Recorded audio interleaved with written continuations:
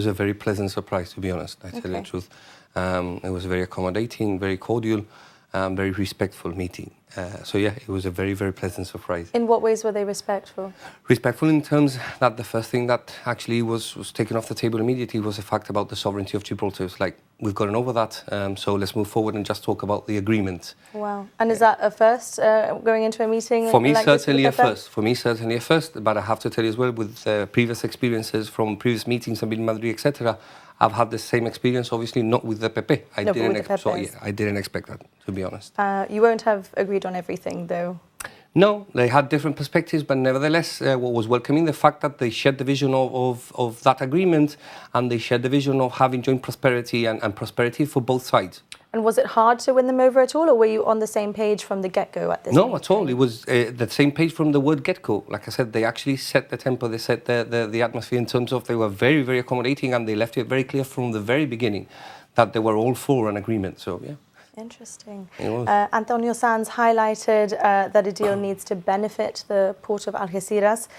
We've heard a lot about the region of shared prosperity, but does Algeciras consider itself part of that? Are the interests the same when it comes to the Campo and Algeciras? They certainly shared the same interests. Like I said, even though they are from different parties, so you've got Partido Popular, you've got the current reigning party, they do share same interests with obviously different views on different things, but very, very similar interests.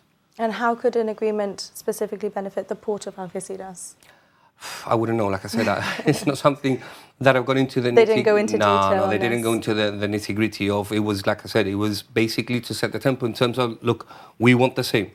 We're not against an agreement. We're not going to try and sabotage an agreement. So it was more like I said, saying, look, we're on the same side. We're on the same side. They were just emphasizing that, I think, from their side, what they wanted, more clarity and more communication.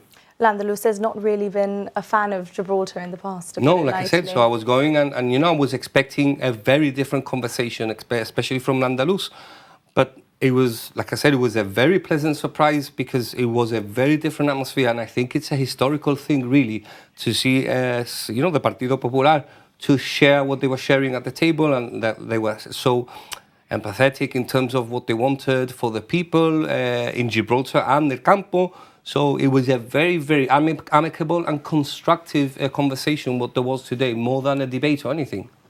As you said, you weren't necessarily expecting that from Andalusia. Was there a particular reason that you set up this meeting? How exactly did it come about? So as a cross-frontier group, we set up the meeting because we had discussions saying, look, where do we need to advocate? Where do we need to go in terms to help for that agreement to happen?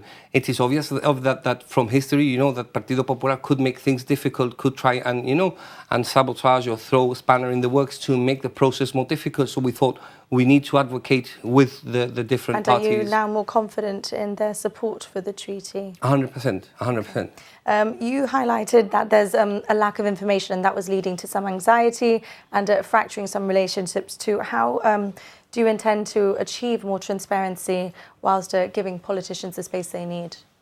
Continuing advocating, continuing talking with respective stakeholders, parties, etc.